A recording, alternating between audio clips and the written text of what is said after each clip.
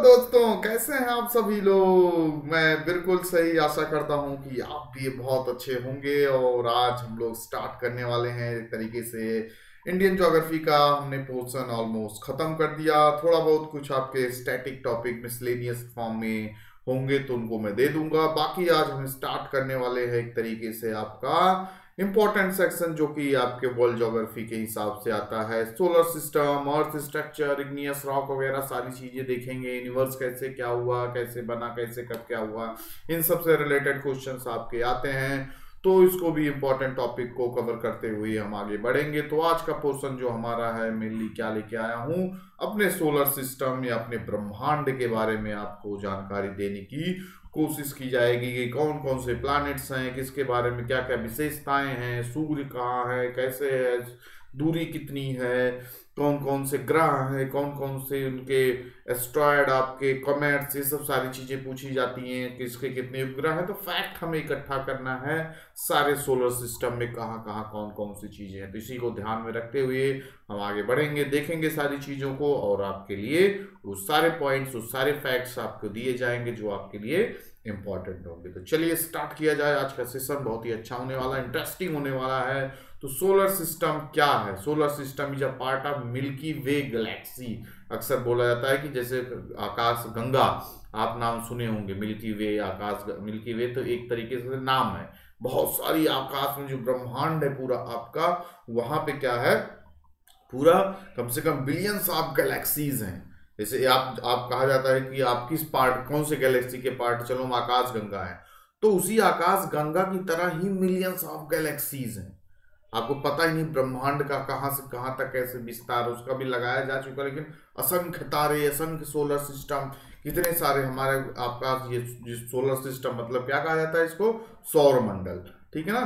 तो आपका solar system, तो इसमें क्यों कितने सारे, ढेर सारे तारे हैं, ढेर सारे आपके सूर्य, एक सूर्य जैसे हमारे सोलर सिस्टम में, चलो एक सूर्य, उसके पीछे कई सारे आपके 8 ग्रह उसके घूमना कर रहे हैं। इसी तरीके से हजारों सोलर सिस्टम भरे पड़े हैं उसमें, ठीक है ना।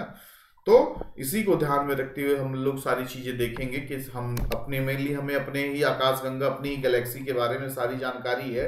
बाकी और भी जो गैलेक्सीज है उनके बारे में उतनी खोज है, उतना वो सब नहीं हुआ है फिलहाल। तो हमें यही जानना है कि हमारे काम की क्या चीजें हैं।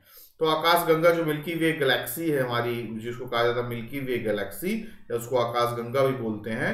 पहले समय में क्या हुआ था, करता था, ये सब सारा चीजें किस तरीके से दिया करता था। देखने में लगता था कि पूरा एक नदी की तरह बह रही है, lighting flowing in the sky, that's why लोग नाम रख दिए आकाश गंगा, यानी आकाश में ही गंगा बह रही है। तो इसलिए हमारे गैलेक्सी का भी नाम रख दिया गया आकाश गंगा, ठीक है ना। तो ये तो एक तरीके से नामकरण वगैरह हो गया।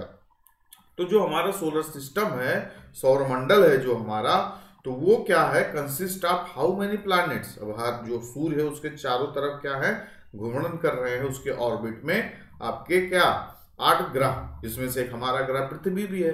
तो उस 8 ग्रह को प्लस 8 ग्रह उनके सैटेलाइट्स, ठीक है ना, उनके सैटेलाइट्स और एस्ट्रॉयड्स, कॉमेट्स वगैरह, जिसको धूमकेतु वगैरह आप बोलते हैं, और मीटोराइट्स वगैरह, ये सब मिला के क्या बनते हैं, सोलर सिस्टम। जैसे आपसे क्वेश्चन भी पूछ लिया जाएगा एग्जाम में, सोलर सिस्टम कंसिस्ट ऑफ, तो ये सारी चीजें याद रखना।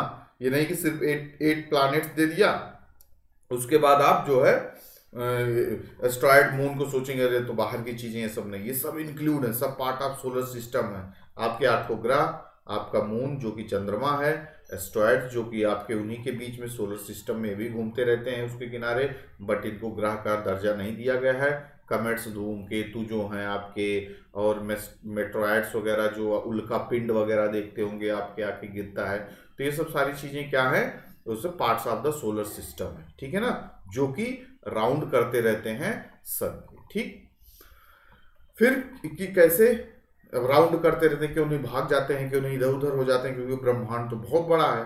तो इसके पीछे कई कारण है, ग्रेविटेशनल अट्रैक्शन, ठीक है ना, गुरुत्वाकर्षणीय प्रभाव के द्वारा वो क्या करते हैं, सन के चारों तरफ क्या करते हैं, घूमते रहते हैं, रिवॉल्व अराउंड द सन। ये बात समझ में आई।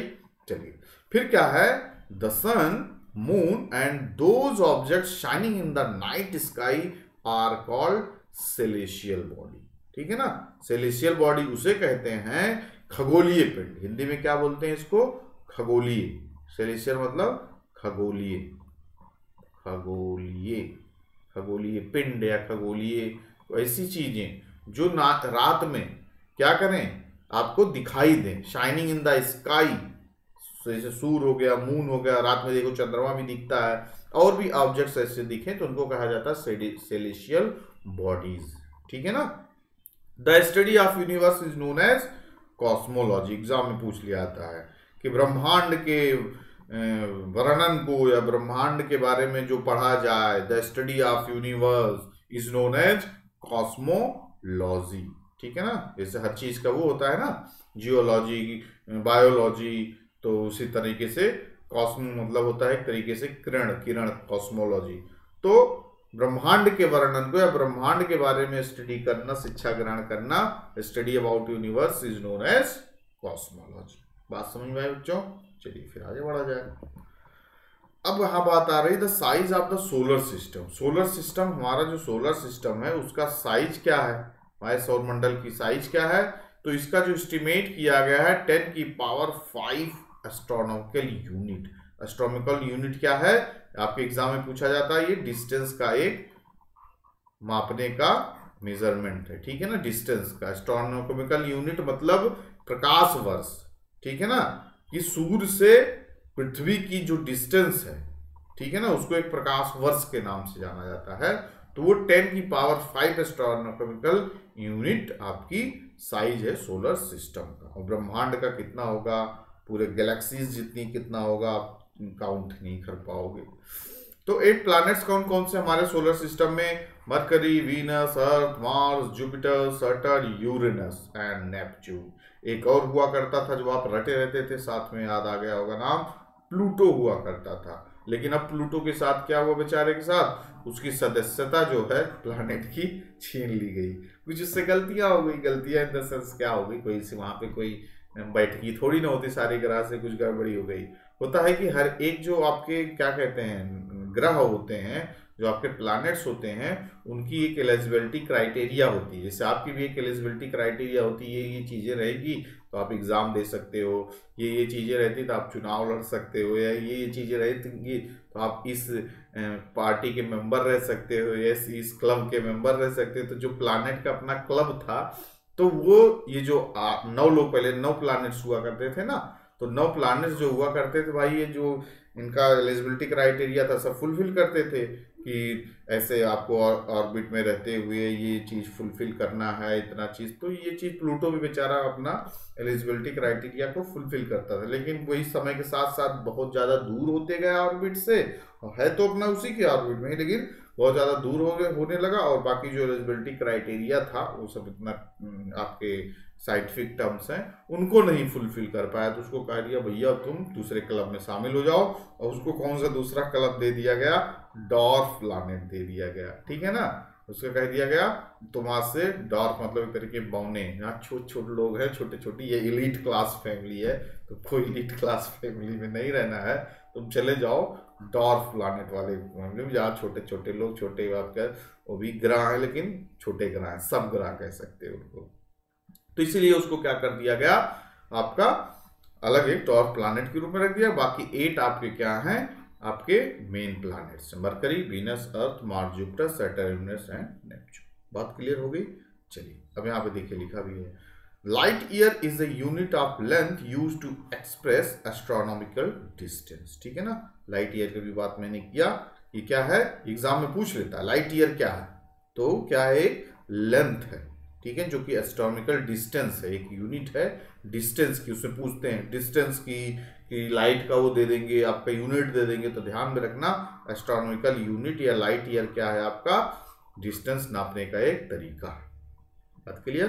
Very good. तो चलिए एक एक करके देखते हैं। सबसे पहले हम सन की बात करेंगे। देखो जो सोलर सिस्टम पढ़ रहे हैं, सन क्या है, उसका मेन सेंटर होता है, उसी के आगे पीछे पूरा इस फॉर्म में ऑर्बिट में इलेक्ट्रिकल पाथ में क्या है, सारे ग्रह चक्कर लगा रहे हैं। तो पहले हेड ऑफ द फैमिली की बात होगी, तो हेड ऑफ द फैमिली कौन है, सन है, सूर्य है।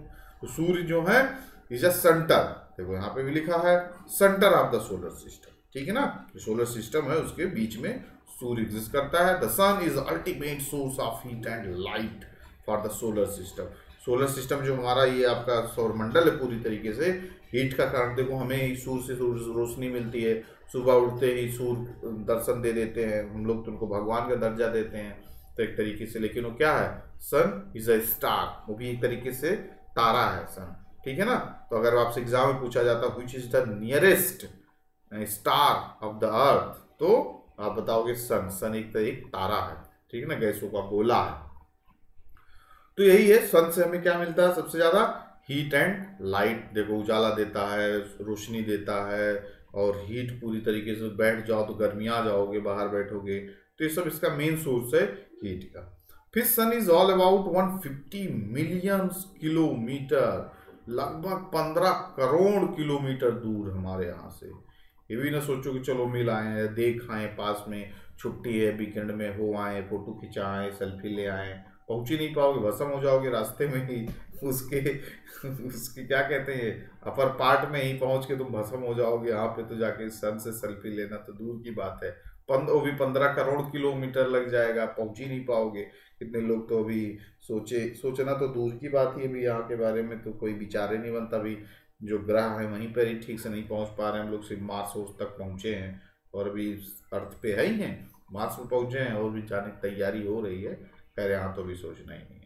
तो 15 करोड़ किलोमीटर या 150 मिलियन किलोमीटर, दोनों में से जो आएगा ध्यान रखना। वैसे 15 करोड़ के फॉर्म में कभी नहीं ऑप्शन में आता है, मिलियन के फॉर्म में आएगा, 150, 130, 120, तो आप 150 मिलियन सीधा सीधा आप याद रखोगे। और सूर्य से धरती पे आने की जो, आपको क्या लग रहा है डायरेक्ट सट्टा सट्टा पहुंच रहा है? सोचो सूर्य इतना दूर है कि उसका जो वहां से रेज चलती है, वहां से किरण चलती है, लाइट जो चलती है, जो कि लाइट की स्पीड भी देखो कि 3 लाख किलोमीटर पर सेकंड है। तो इतना दूर है कि वहां से यहाँ पे रोशनी आने में 8.5 मिनट्स लग जाते हैं।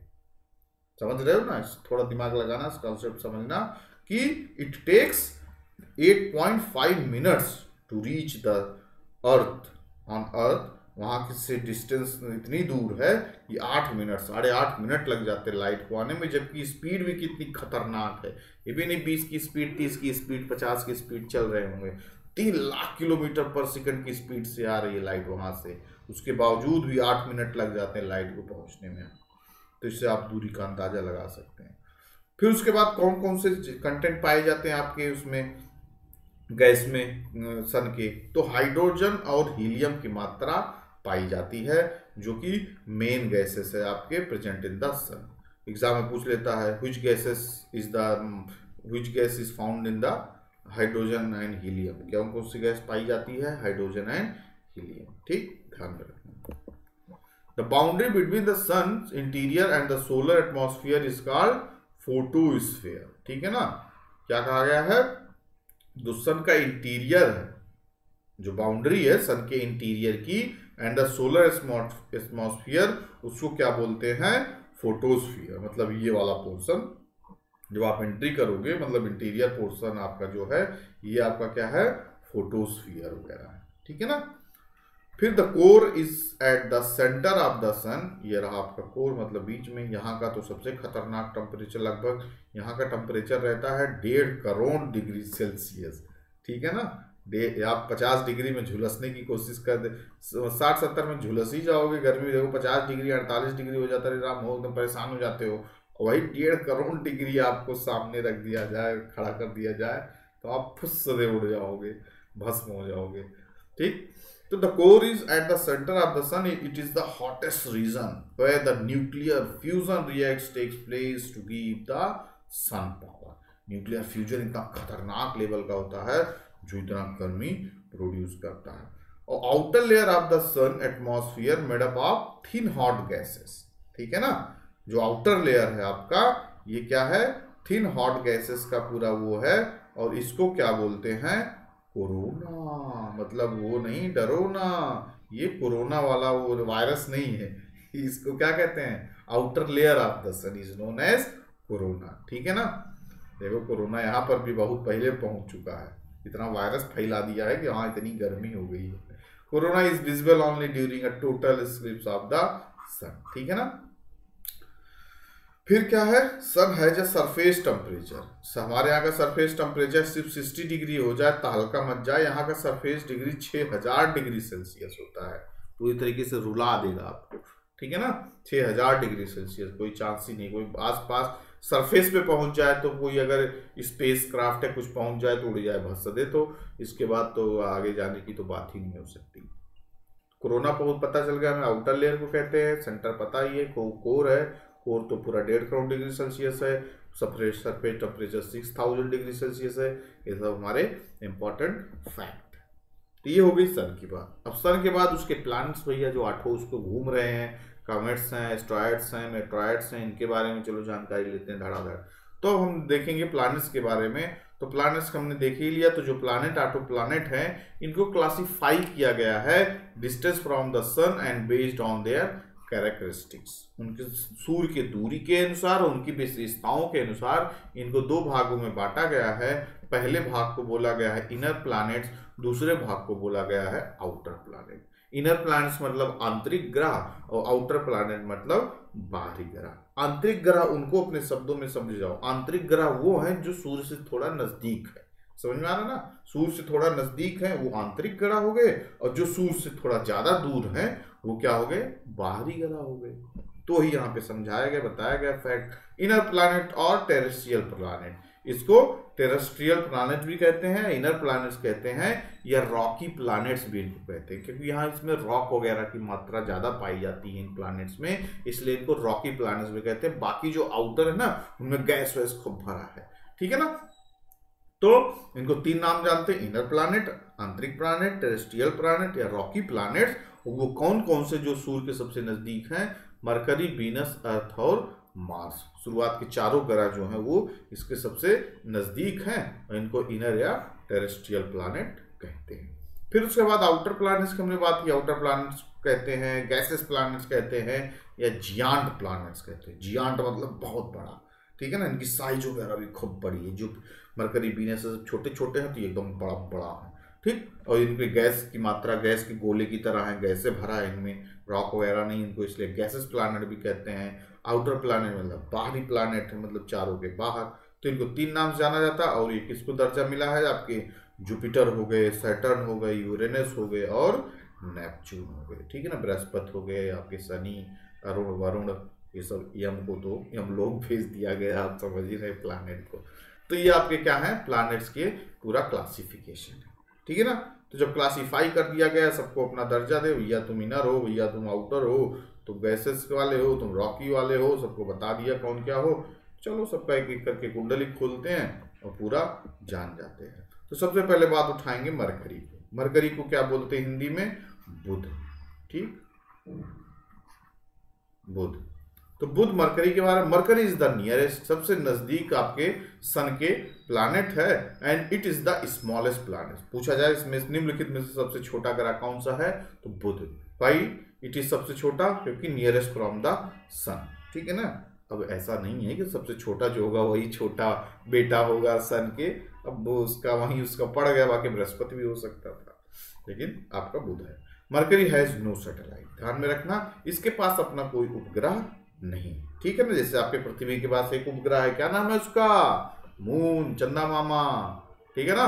तो ये हमारे क्या है, उपग्रह है मून, इसका सूर्य का। तो इसके पास और मरकरी के पास कोई नहीं है, ठीक है, सिर्फ अपना ग्रह बेचारा। It rotates on its axis in 58.65 days, ठीक है ना, अर्थ डेज। ये अपने एक्सिस पे आपका रोटेट करता है कितने दिनों में, लगभग 59 दिन, या अगर तो एग्जैक्ट बताएं तो 58 दिन 65 मिनट, ठीक है ना। तो 58.65 आवर, ठीक है ना, एंड 88 अर्थ डेज, ठीक है ना, 88 Earth day to complete 1 revolution around the sun. 2 चीजें होती हैं, ठीक है ना, एक तो अपनी एक्सिस पे घूमना, अपने क्या कहते हैं, अक्ष पे घूमना, और एक होता है सूर्य का चक्कर लगाना। तो सूर्य का चक्कर कितने दिनों में लगाता है, 88 दिनों में लगाता है, और ये कितने उसमें करता है, 58 दिनों में अपने एक्सिस पे घूमता है, ठीक है ना। बात ही सही आई, चलो वेरी गुड। और यहाँ पे देखो सनलाइट, सूर्य से रोशनी, सनलाइट कितने देर पहुंचती है 3.2 मिनट। इससे पता चलता है सूर्य के कितने नजदीक है। हमारे यहाँ देखो 8.5 मिनट लग रहा था, इसका मतलब हम दूर हैं, और सही बात दूर हैं। और इसके बाद ये 3.2 ले रहा है, इसका कम ले रहा है, इसका मतलब ये पास है। यहाँ प्रूफ भी हो गया कौन दूर है कौन पास है, ठीक है ना, सही भी साबित करते चल रहे हैं। Mercury has no protective blanket like ozone around to prevent us from harmful radiation, यानी ओजोन लेयर वगैरह इसके पास नहीं है कि सूर्य से आने वाली किरणें इसको रोक सकें। मतलब अल्ट्रावायलेट किरणें वगैरह भी आती है ना, जो कि कैंसर वगैरह हो जाती हैं, तो इसके पास ऐसा कोई प्रोटेक्टिव ब्लैंकेट टाइप कुछ ओजोन लेयर वगैरह नहीं। फिर हम दूसरे ग्रह पे जाते हैं। मरकरी के बाद आता है हमारा वीनस, जिसको हम कहते हैं शुक्र, ठीक ना, शुक्र ग्रह। अब इसके बारे में हम देखते हैं, तो Venus is the second planet, ठीक है ना, मरकरी पहला था, Venus is the second planet distance from the sun, सूर्य से दूसरे स्थान पे है। और Earth, Venus is Earth nearest planetary neighbour, it is brightest planet, सूर्य के भी दूसरे नंबर पे है और उसके बाद धरती के भी सबसे नजदीक का ग्रह माना जाता है। मरकरी, वीनस, अब अर्थ ही आगे आने वाला है, तो अर्थ के सबसे नजदीक माना जाता है। जैसे मरकरी के पास कोई सैटेलाइट या मून नहीं था, उसी तरह वीनस के पास भी कोई वो नहीं है। अब रोटेशन की बात कर लेते हैं। Rotation of Venus on it axis is somewhat unusual, it rotates from east to west, यानी पूरब से पश्चिम के तरफ ये क्या करता है, रोटेट करता है। Only Venus and Uranus have this backward direction, exam में पूछ लेता है। सारे ग्रह जो होते हैं वो वेस्ट टू ईस्ट घूमते हैं, लेकिन ये शुक्र और यूरेनस, यानी वीनस और यूरेनस, जो दो ऐसे ग्रह हैं जो ईस्ट टू वेस्ट घूमते हैं। ये हमेशा एक्सेप्शन पे क्वेश्चन खूब बनते हैं किसी भी एग्जाम में। जैसे देखा करो, सारी नदियों का वर्णन आपसे करवाया गया, ईस्ट फ्लोइंग, वेस्ट फ्लोइंग, लेकिन maximum question west flowing Narmada Tapti के बारे में पूछा जाता है, ठीक है ना, तो ये सब ध्यान में रखना चाहिए। एग्जामिनर भी ऐसी चीज़ों को करता है। तो यहाँ पे क्या करेगा, आपको पता है सब कुछ आप पढ़ रहे हैं, सारी चीज़ें सब समान रूप से, लेकिन एक्सेप्शन कौन सा क्वेश्चन था, तो वीनस और यूरेनस पे उनको लगेगा, इस पे पूछते ईस्ट वेस्ट डायरेक्शन में कौन घूमेगा। आउट ऑफ दिस, ये आपके 4 में से 3 ऐसे हैं जो वेस्ट टू ईस्ट कर रहे हैं, एक इसमें से कौन है जो ईस्ट टू वेस्ट कर रहा है, तो आप नाम याद रखोगे तो बता दोगे, वीनस यूरेनस में से कोई एक होगा तो सटाक को बताओगे। It completes one rotation 243 earth days, 343 दिन लेता है एक रोटेशन लेने में अपने एक्सिस पे, ठीक है ना। And the longest day of any planet in our solar system, ठीक है ना। Venus takes 224 Earth day to complete one revolution, सूर्य की परिक्रमा करने में 244 दिन लेता है, ठीक है ना। वही हमारे यहाँ भी देखो, अभी देखो अर्थ की भी बात आ जाएगी, अभी यहाँ क्या हो, अर्थ के बारे में सारी बात रखूँ तो वीनस का ही हम जान गए, 224 दिन लेता रिवोल्यूशन में, रोटेशन में 243 दिन, ठीक। चलिए आगे देखते हैं। और ये कितनी दूरी पे है, Venus is 0.7 astronomical units away from the sun, ठीक है ना। और क्या दिख रहा है हमारे यहाँ पे, Venus is considered earth twin, यानी वीनस को आपकी पृथ्वी की जुड़वा बहन की तरह माना जाता है, जुड़वा बहन कहा जाता है, दोनों बहनें हैं, जुड़वा हैं। क्योंकि क्यों जुड़वा क्यों शब्द यूज किया जाता है, क्योंकि बहुत सारी चीजें जब कॉमन हो, जुड़वा क्या होते हैं, एक जैसे देखने में, शकल, सूरत, बनावट, फिजिकल स्ट्रक्चर, सारी चीजें क्या होती है एक जैसे, जब किसी की रहे तो उसी को जुड़वा कहा जाता है, तो इसलिए इसको अर्थ का ट्विन कहा जाता है। बहुत सारी चीजें इससे मिलती हैं, ठीक है ना, उसके आपके वॉल्यूम, वेट, सारी चीजें, सब कई सारी चीजों को देखा गया है, तो कई सारी चीजें मिलती है, इसको अर्थ ट्विन कहा जाता है। Because its shape and size, आप यहाँ पे लिखो दिया गया, देखो हम लोग को ज्यादा दिमाग लगा रहे थे इसकी, तो साइज एंड शेप के आधार पे ही काफी मिलता है, इसलिए दोनों को क्या कर दिया गया है, जुड़वा बहन बोला गया है। और इट इज ऑल्सो कॉल्ड अर्थ की सिस्टर, यानी आपकी धरती माता की क्या है, बहन है, ठीक है ना। अगर आप धरती माता को मम्मी मानते हैं तो ये हम लोग की क्या है, मौसी है, समझ आया। ब्लड रिलेशन का क्वेश्चन भी बन गया है। Venus is also known as evening star, ठीक है ना, सांझ का तारा भी बोला जाता है, ठीक है ना, सांझ का तारा, evening star, as well as morning star भी बोला जाता है, बड़ा नाम है। यहाँ पे खूब क्वेश्चन बन रहे हैं धड़ाधड़ आपके। Which planet is known as morning star, which planet known as evening star, which planet is known as earth sister, which planet is known as earth twin. ठीक है ना, खूब क्वेश्चन पूछ रहे हैं धड़ाधड़ यहाँ से, तो आपका बनना चाहिए। जितने फैक्ट पढ़ो क्वेश्चन बना लो, क्वेश्चन बना लोगे तो आपको दिक्कत नहीं होगी। ठीक है ना। सॉरी घंटी बज गई, कोई बात नहीं। The sunlight takes 6 minute. ठीक है ना, 6 मिनट लेता है धरती से सूर्य, आपके वीनस से लेके सूर्य के बीच रोशनी पहुंचने में। ठीक है, 6 मिनट। जैसे आपका अभी देखोगे, अभी से पता चल रहा है कि ए भी सूर्य के सबसे नजदीक है। हम लोग यहाँ पे 8.5 ले रहे हैं, ये आपका 6 मिनट ले रहा है। उधर देखो मरकरी 3.2 ले रहा है। तो ये सब सारी चीजें, ये डिस्टेंस है, आपके कितना टाइम लेता है उनके बीच आने में लाइट को। ठीक, चलो आगे देखते हैं। अब हम देखेंगे अर्थ के बारे में। अपना अर्थ है, अपनी पृथ्वी है, तो इसके बारे में सारी जानकारी लेना बहुत जरूरी है और जानना भी बहुत जरूरी है, क्योंकि हम इंटरेस्ट भी लेंगे इसके बारे में, ज़्यादा जानने के बारे में, क्योंकि हमारी पृथ्वी है। तो Earth is the third nearest planet of the solar system, या third nearest planet of the sun. ठीक है ना, सूर्य के तीसरा सबसे नजदीक ग्रह माना जाता है पृथ्वी आपकी। ठीक है ना, और साइज के मामले में ये किस नंबर पे है? 5वें नंबर पे। ये भी ध्यान रखना, साइज के मामले में 5वें नंबर पे है और डिस्टेंस के मामले में सूर्य के तीसरे नंबर पे। ये सब चीजें, छोटी छोटी चीजें ध्यान देना होगा। तो the axis of rotation of the earth is not perpendicular to the plane of its orbit. The earth is 23.5 degree tilted. पूछा जाता है कि अपने अक्ष पे कितना झुकाव है पृथ्वी का, तो बोलोगे सर 23.5 डिग्री झुकाव है अर्थ का। ग्लोब वगैरह भी देखते होगे 23.5 डिग्री से झुका रहता है ना, तो अपने अक्ष पे कितना झुकाव है? 23.5 एंड मेक्स 66.5 डिग्री एंगल। ठीक, तो ये टिल्ट जो है किस लिए रिस्पॉन्सिबल करता है? The tilt is responsible for change off season on earth. ठीक है ना, मतलब जो सीजन वगैरह चेंज होते हैं तो इसी टिल्टनेस की वजह से ही हमें देखने को मिलते हैं। ठीक है ना, और आपके जैसे इन दोनों के पास, मरकरी वीनस के पास एक भी मून नहीं था, एक भी सैटेलाइट नहीं था, लेकिन हमारे पास एक मून है, एक सैटेलाइट है, जिसको हम लोग अपना बोलते हैं चंदा मामा। ठीक है ना, बचपन में बोला जाता था, देखो बेटा कौन है? चंदा मामा, अरे आवा पारे आवा गाना हुआ करता था। The earth rotates from west to east. अक्सर अभी वीनस को हमने देखा east to west, 6 option case था, बाकी उधर मरकरी भी इसी तरीके के वेस्ट टू ईस्ट ही घूमता है। It is also known as blue planet because of the presence of water. जैसा कि हमें पता है कि मोर देन 70% धरती पे क्या है? वाटर है, फिर उसके बाद लैंड है। तो जब ज्यादा वाटर है, जब ऊपर से आप देखोगे स्पेस से, तो पूरा पानी पानी नजर आता है।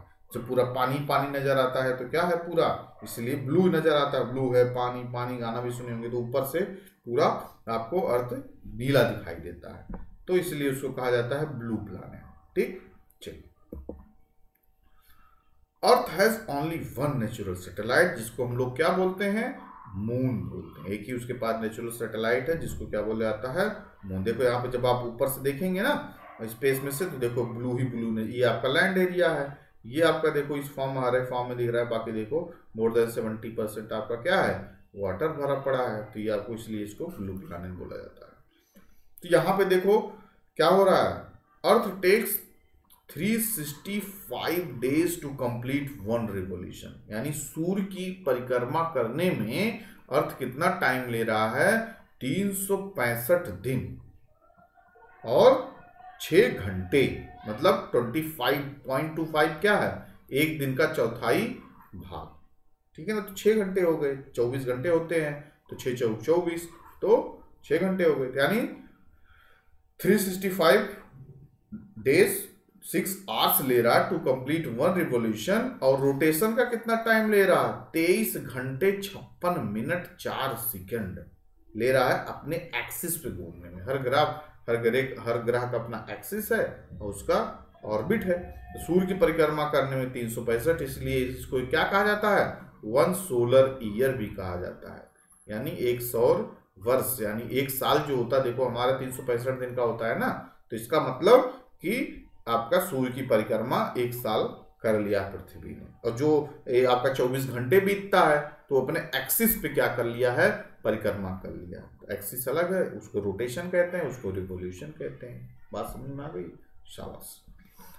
Sunlight 8.3 minutes to reach earth, यहाँ इसके पीछे 8.5, अपना थोड़ा बहुत फैक्ट इधर उधर होता रहता है, चेंजेस वगैरह होते रहते हैं, तो मिनिमम 8 मिनट माना जाता है, उसके बाद 0.3 0.5 कहीं कहीं लग जाता है।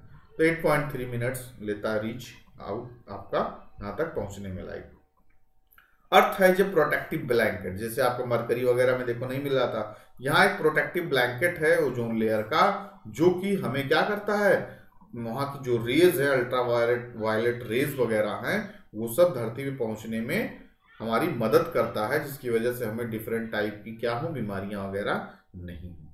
तो ये हमारे लिए बहुत अच्छी बात है। आगे देखते हैं अर्थ के बारे में हमें क्या मिलने वाला है।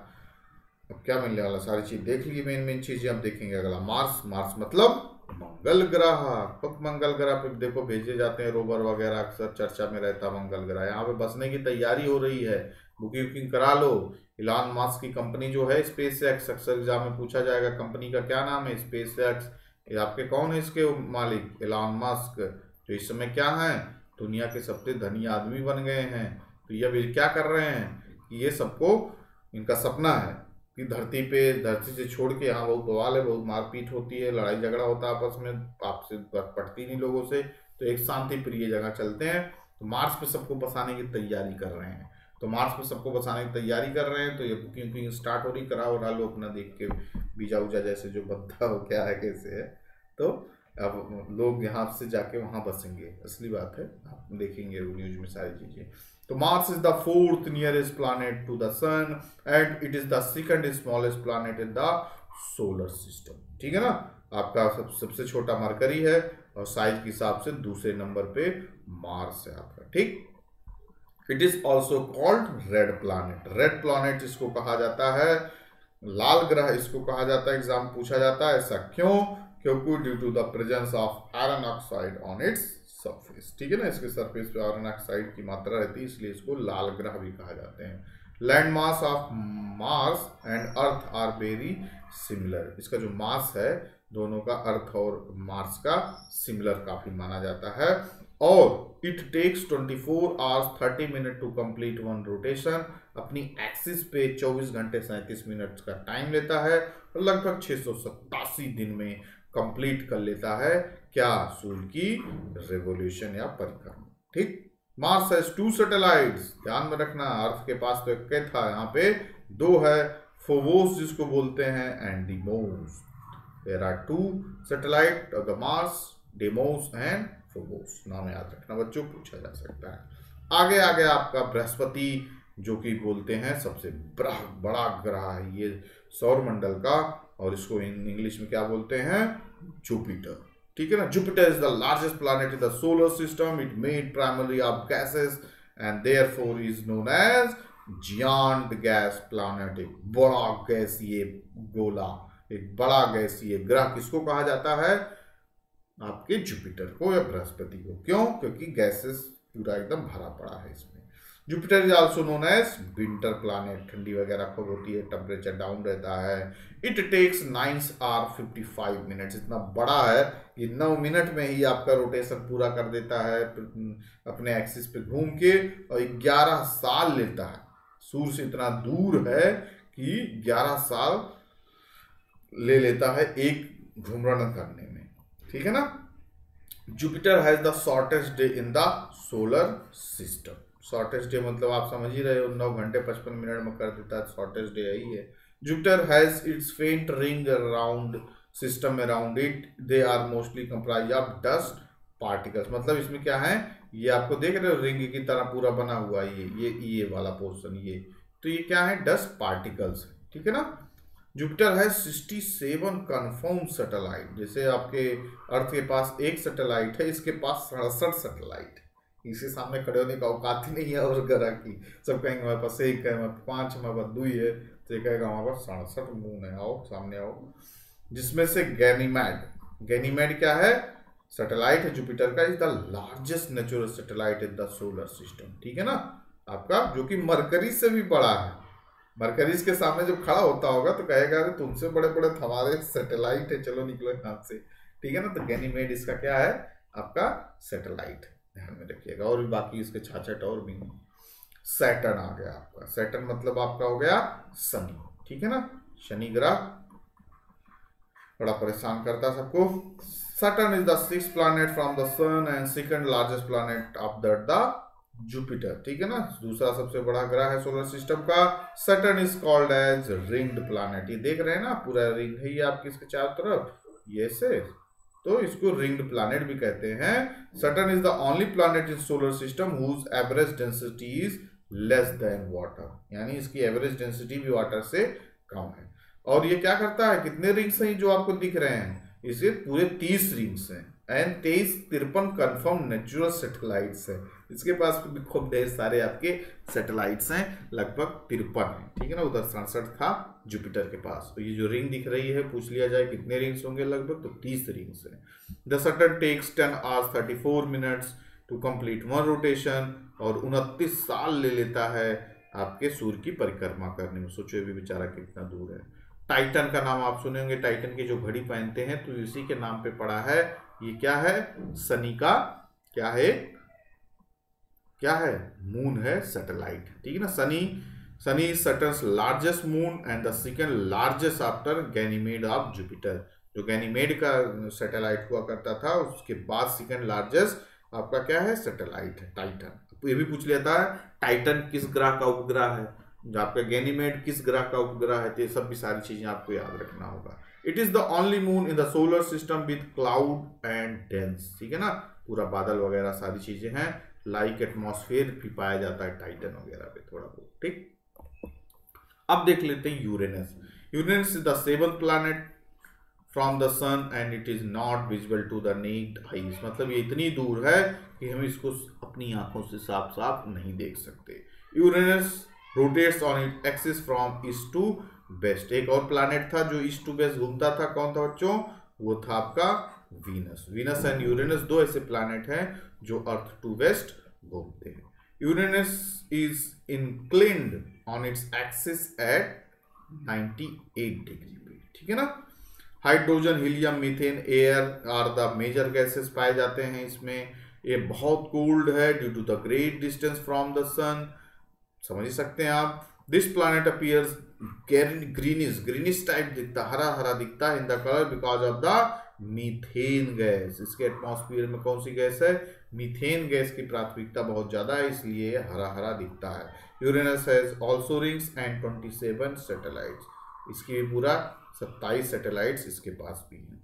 Uranus is the first planet to have been discovered by use of telescope. ये पहला पूछ लिया जाता है निम्नलिखित में से कौन सा ऐसा ग्रह है जिसको टेलीस्कोप से खोजा गया, तो आप बताएंगे यूरेनस। बात क्लियर हो गई, वेरी गुड। आगे बढ़े, चलिए सर बढ़िए। Neptune is the last planet and the 8th planet from the sun. ये कितना लेता बच्चों शायद टाइम अपने एक्सिस पे घूमने में, 16 घंटा घूमने में लेता है, और 165 साल लग जाते हैं इसको सूर्य की परिक्रमा करने में। कितने साल लग जाते हैं, 165 वर्ष लग जाते हैं। It is the coldest planet, सबसे क्या है, सबसे कोल्ड प्लैनेट से सोलर सिस्टम का, and farthest planet from the sun, सबसे ठंडा और सबसे दूर प्लैनेट है ये सोलर सिस्टम का। 13 नेचुरल सैटेलाइट ये भी रखा हुआ है, कोई कम मत देना। और 5 रिंग्स, मतलब इसका रिंग्स जो घूमते रहते हैं इसके किनारे, ये भी हैं। Neptune is surrounded by methane rings of सब जीरो टेम्परेचर, मतलब शून्य से भी नीचे का टेम्परेचर यहाँ पे आपको देखने को मिलेगा। भाई कोल्डेस्ट से सबसे दूर है, तो कोई इसमें आश्चर्य की बात हो नहीं सकती। तो एक तरीके से ये क्या था हमारा प्लैनेट्स के बारे में सारी चीजें। आशा करते हैं कि आप जितने प्लैनेट्स की हमने चर्चा की उसको अच्छे तरीके से आप समझ गए होंगे। तो क्या सोलर सिस्टम का पूरा हमने वो कर लिया एनालिसिस, कहाँ कर लिया। Solar system is not only consist of 8 planet, is consist of asteroids, comets, meteoroids, ये सब भी तो है भैया, इसे नहीं छोड़ देंगे। तो चलो आगे बढ़ो, इसे नहीं जाने देंगे, रुको थोड़ा देर। डॉर्फ प्लैनेट क्या होते हैं, अभी चर्चा हुई थी आपकी कि भैया जब वो एलिजिबिलिटी क्राइटेरिया नहीं पूरा कर पाया, प्लूटो इतना अच्छा आपका उसमें क्लब मेंबर में था, तो उसको दूसरा क्लब पकड़ा दिए। कौन सा क्लब पकड़ा दिए, सोलर सिस्टम से अलग कर दिए, डॉर्फ प्लैनेट में डाल दिए। वह देखो बेचारा यहाँ आके बैठ गया इनके साथ, जो कभी ये लोग सामने इसके खड़े नहीं हो पाते थे, आज उनके साथ बैठा दिया गया। वक्त वक्त की बात है, इसलिए कहा जाता है ज़्यादा घमंड को नहीं करना चाहिए, सत्ता कभी परमानेंट नहीं होती थी, क्योंकि सत्ता सरकार चल रही थी, पूरा सरकार गिर गई तो आगे सीधा यहाँ पे। ठीक, dwarf planet are tiny planets, इनको छोटे ग्रह माने जाते हैं सोलर सिस्टम के। Any celestial body orbiting around the sun weighing for self gravity nearly be round in shape is called dwarf planet। ठीक है ना, जो कि अपनी खुद एक सेलेस्टियल बॉडी हो, खुद की वेटिंग हो, उनकी ग्रेविटी हो, सारी चीजें हो, लेकिन वही 2-4 क्राइटेरिया ना फुलफिल करने की वजह से इनको डॉर्फ प्लैनेट बोल दिया जाता है। It should not be a satellite of any planet. ठीक है ना, अब नाम कुछ देख लो, जैसे सेरस, प्लूटो, ह्यूमिनिया, मैकमेड और एरिस, ये सब नाम भी दिया गया है। ये सब क्या है? These are dwarf planet. बात सही क्लियर हो गई? चलो अब आगे हम लोग देख लेते हैं जो अदर्स प्लैनेट्स में जो नहीं थे, जिनको एस्ट्रॉयड वगैरह कहा जाता है, जिनको हिंदी में ग्राहिका बोलते हैं। तो ये सब भी क्या है? आपके स्मॉल रॉकी सेलेस्टियल बॉडीज। ये भी एक खगोलीय बॉडी है स्मॉल फॉर्म में, जो कि ग्रह नहीं कहलाते, छोटे छोटे होते हैं। तो फोन वाले परेशान कर दिए, कोई बात नहीं, अभी इनको रास्ते से हटाते हैं, पहले पढ़ाई करते हैं। तो क्या है ये? स्मॉल रॉकी सेलेस्टियल बॉडीज हैं जो कि round evolve around the sun. ठीक है ना, ये भी भाई ऑब्वियस बात है, आपके सोलर सिस्टम में है तो सूर्य की परिक्रमा करेंगे ही, तो ये भी सूर्य की परिक्रमा कर रहे हैं, स्मॉल रॉकी बॉडीज हैं। They are called minor planets. ठीक है ना, इनको क्या बोला जाता है? माइनर प्लैनेट्स बोला जाता है। लार्जर एस्ट्रॉयड्स आर कॉल्ड प्लांटियॉइड्स भी बोला जाता है। जो बड़े बड़े प्लैनेट्स होते हैं आपके, इनको क्या बोला जाता है? प्लांटॉइड्स बोले जाते हैं। दीज आर फाउंड इन, अक्सर क्वेश्चन बनता है कि जो एस्ट्रॉयड्स भैया पाए जाते हैं आपके सोलर सिस्टम में, ये किस प्लैनेट के बीच में पाए जाते हैं? खूब क्वेश्चन आया वो प्रीवियस ईयर में, देखो तो याद रखे, रट लो। मार्स और जुपिटर के बेल्ट जो होता है, मार्स और जुपिटर जो आप देखोगे सोलर सिस्टम का, आपके पहले वाले उसमें पहले वाली स्लाइड में रहा होगा। जैसे सोलर आपका सन है, तो ये पूरा रहता नहीं है, तो जब जहाँ पे यहाँ पे मार्स होगा एक जगह, एक होगा जुपिटर, तो इसके बीच में, इसके बीच के जो बेल्ट्स हैं, इसमें ये सब क्या करते रहते हैं? घूमते रहते हैं। ठीक है ना, उन्हीं को एस्ट्रॉयड बेल्ट्स वगैरह भी करते हैं। तो पूछा जाता है एग्जाम में आपके कि मार्स और जुपिटर के बीच में पाया जाता है, पूछा जाता है कि एस्ट्रॉयड बेल्ट से एस्ट्रॉयड कहाँ पे पाए जाते हैं? तो मार्स और Jupiter, Saturn, Uranus, earth and Venus. तो याद रखना, मार्स और जुपिटर भूलना मत, हमेशा पूछते हैं। Diameter of the asteroids varies from 100 kilometre to a size of pebble के फॉर्म में होता है, लगभग डायमीटर वगैरह 100 किलोमीटर के आसपास इनका होता है। अगला हमारा है कमेट्स। कमेट्स को क्या बोलते हैं? एक तरीके से धूमकेतु।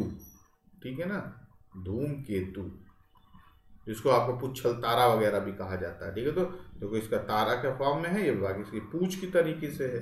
ठीक है, पुच्छल तारा कहते हैं। They revolve also around the sun but their orbits are irregular. Regular होता तो अपने पे घूमता रहता है, इर्रेगुलर है तो इसलिए कहीं भी हो ही लो। ठीक है, sometimes they get very close, very, मतलब कुछ समय कभी कभी ये सूर्य के बहुत नजदीक आ जाते हैं, कभी कभी सूर्य के बहुत दूर चले जाते हैं। और क्या है कि these are generally found in, एक आता है कूपर बेल्ट, वो वहीं पे ही पाए जाते हैं। और ये क्या करते हैं? दे ट्रेवल टुवर्ड्स द सन, सन की तरफ ये क्या करते हैं? ट्रेवल करते हैं। कूपर बेल्ट में इनकी अधिकतम मात्रा पाई जाती है। The best known comet is Halley's comet, जो हैली को खोजे थे, तो ये 76 हर 76वें वर्ष देखा जाता है, इसको देखा जाता है। इसके पहले इसको कब देखा गया था? 1986 में। इसमें आप 76 साल जोड़ लेंगे तो फिर आप अगली बार देखने में सक्षम होंगे। ठीक है, आगे बढ़े, चलिए। अब आता हमारा मियोटर्स। ठीक है ना, तो मियोटर्स कैसा कि हमने बताया, मियोटर्स को क्या बोलते हैं? उल्का। अक्सर सुनते होंगे आप, यहाँ पे उल्का पिंड गिरा या उल्का पिंड गिरा था तब ऐसे हो गया था। तो उसी उल्का के बारे में हम जानने की कोशिश करेंगे। तो उल्का पिंड होते क्या हैं? ये स्मॉल पीसेस होते हैं of rocks which moves around the sun are called meteorites. ठीक है ना, जो छोटे छोटे पीसेस होते हैं रॉक के, बड़े रॉक के प्लैनेट्स के फॉर्म में नहीं होते, छोटे छोटे होते हैं लेकिन बहुत बड़े होते हैं। इतना छोटा नहीं, ढेला टाइप नहीं है, बहुत बड़े होते हैं, सूर्य के चारों तरफ घूमते रहते हैं। तो उनको मेट्रॉइड्स, पहले मेट्रॉइड्स बोला जाता है। तो यही छोटे छोटे जो आपके पत्थर है, रॉक्स है, मेनली फॉर्म ऑफ क्या, अभी पीछे हमने पढ़ा, एस्ट्रॉइड बेल्ट्स क्रिएट करते हैं। उनका एक एरिया है, उसमें घूम रहे हैं छोटे छोटे अपना। They are called meteoroids before they enter into atmosphere. तो ये क्या होता है? कभी कभी रास्ता भटक जाते हैं, फ्रिक्शन के द्वारा। तो भाई फ्रिक्शन के फॉर्म में, ग्रेविटेशनल फोर्स के फॉर्म में सब चल रहे हैं, अपना रगड़े पड़े हैं, तो कभी कभी ये अपना रास्ता भटक जाते हैं, तो निकल लेते हैं अपनी ऑर्बिट छोड़ के। तो ऑर्बिट छोड़ के जब निकल लेते हैं तो बड़ी स्पीड से आते हैं। तो जब वो एटमॉस्फेयर, जैसे आपका यहाँ से निकाल, यहाँ से आप धरती की तरफ आ रहा है, तो बहुत स्पीड से आते हैं, तो एटमॉस्फेयर यहाँ पे मिल गया, ठीक है ना। तो एटमॉस्फेयर पड़ेगा, फिर आपका ये आपका अर्थ वगैरह आ गया। तो एटमॉस्फेयर में एंट्री करने से पहले इनको कहा जाता है मेट्रॉइड्स, ठीक है ना, क्या कहा जाता है, मेट्रॉइड्स। और जब हमारे एटमॉस्फेयर में वो एंट्री कर जाते हैं तो उनको कहा जाता है मीटियोर्स। बस यही अंतर है। अब कोई पूछ लिखा दोनों दो चीज नहीं, दोनों दो चीज नहीं है। वही चीज जब एटमॉस्फेयर से पहले रहता है, पहले ऊपर रहता है, तो मेट्रॉइड्स कहलाता है। जब हमारे एटमॉस्फेयर में एंट्री मार देता है तो वो मेट्रॉइड्स कहलाता है। और एक जहां पे गिरता है तो धमाका करता है, ठीक है ना। कुछ तो रास्ते में ही खत्म हो जाते हैं भाई, कुछ चले आते हैं, तो खूब धमाका करता है धरती पे, तो लोग एकदम बवाल, अरे क्या हो गया, कुछ गिर गया, तो धमाका करे तो खूब गड्ढा टाइप हो जाता है, ठीक है ना। तो गड्ढा टाइप बन जाएगा, तो उसी गड्ढे को क्या बोलते हैं, क्रेटर बोलते हैं, ठीक है ना।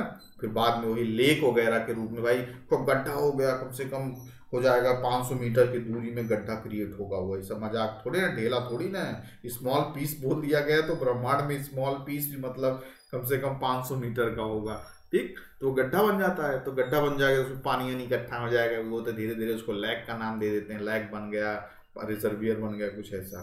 तो वही चीज़ है। तो उसके कुछ एग्जांपल जैसे आप देखे होंगे, नॉर्थ एरिजोना में है, एक है लेक लोनार है, जो कि बुल्ढाना डिस्ट्रिक्ट में है, महाराष्ट्र में। आप जाएंगे एक लेक लोनार, तो एक क्रेटर का एग्जांपल, उल्का पिंड ही गिरा था, तो गड्ढा हो गया, तो उसमें पानी वगैरह बन गया, तो उल्का पिंड हो गया, ठीक है ना। तो ये किसकी वजह से होता है, इसी मीटर के इम्पैक्ट से। समझ गए ना, बिल्कुल कोई दिक्कत होना भी नहीं चाहिए।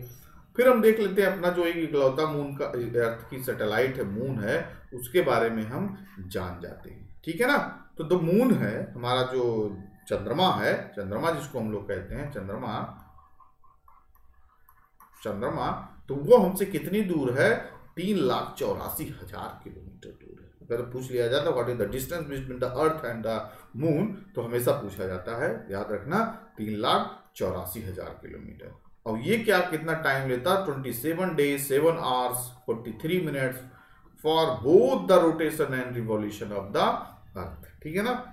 आपके धरती की, अब भाई ये धरती का मून है, धरती के किनारे चक्कर लगाएगा, तो कितना टाइम लेता है, 27 दिन 7 घंटे 43 मिनट रोटेशन में भी लेता है और रिवॉल्यूशन में भी लेता है, ठीक है बच्चों। Moon is the 5th largest natural satellite in the solar system, यानी जो हम लोग गैनीमेड और टाइटन इन सबको पढ़े, उस हिसाब से 5वें नंबर में है लार्जेस्ट के फॉर्म में, ठीक। Light which is reflected by moon will reach the earth just 1.5 quarter, ठीक है ना, इतने टाइम पहुंचता है। The moon is smaller than the earth, it has 1.6 of the gravitational pull of the earth, ठीक।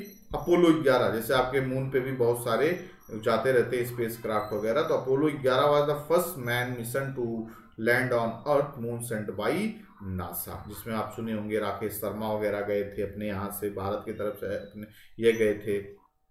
तो ये सब क्या है, आपके स्पेस के थ्रू यहाँ पे गए, स्पेस क्राफ्ट के थ्रू चंद्रमा पे गए, सारी चीज़ें देखे कैसे क्या क्या था, तो इंफॉर्मेशन लेके आए सारी चीज़ें। तो जाते रहते हैं मिशंस, आपके मैंड मिशन जाते रहते हैं वहाँ के बारे में, एटमॉस्फेयर, रॉक कैसे है, जो हम लोग को दिखता होगा कि तो धब्बा धब्बा लोग कहते हैं चांद में दाग है, तो दाग वगैरह दिख नहीं रहा है, ये चांद का दाग नहीं है, ये आपकी क्या है, रॉकी एरिया है, माउंटेन्स वगैरह हैं, ये सब सारी चीज़ें हैं।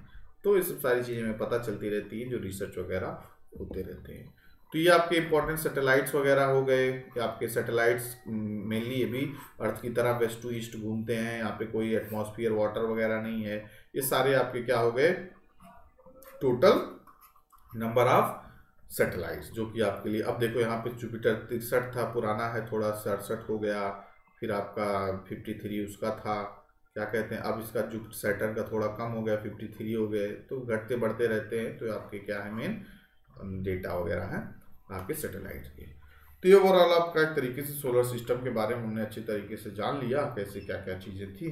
तो आपका मेन जिम्मेदारी क्या होगी कि इन सब चीज़ों को एक बार अच्छी तरीके से क्या कर लोगे, रिवाइज कर लोगे, ताकि आपको कोई दिक्कत ना हो। तो उसके साथ साथ फिर मिलते हैं अगले एक टॉपिक पे, जो कि आपका पूरा हम लोग क्या करेंगे अर्थ के बारे में। अब भाई अर्थ तो यहाँ पे थोड़ा देख लिए, अब अर्थ का एक पूरा चैप्टर लाएंगे जो सारी चीज़ें अर्थ के बारे में दी रहेगी। तो मिलते हैं अपने अगले लेक्चर में, तब तक आप सारी चीज़ों को रिवाइज कीजिए, अच्छे से पढ़िए, खुश रहिए, आगे बढ़िए और जल्दी से जल्दी सिलेक्शन लीजिए। ठीक है बच्चों, bye bye, take care to all of you, good luck.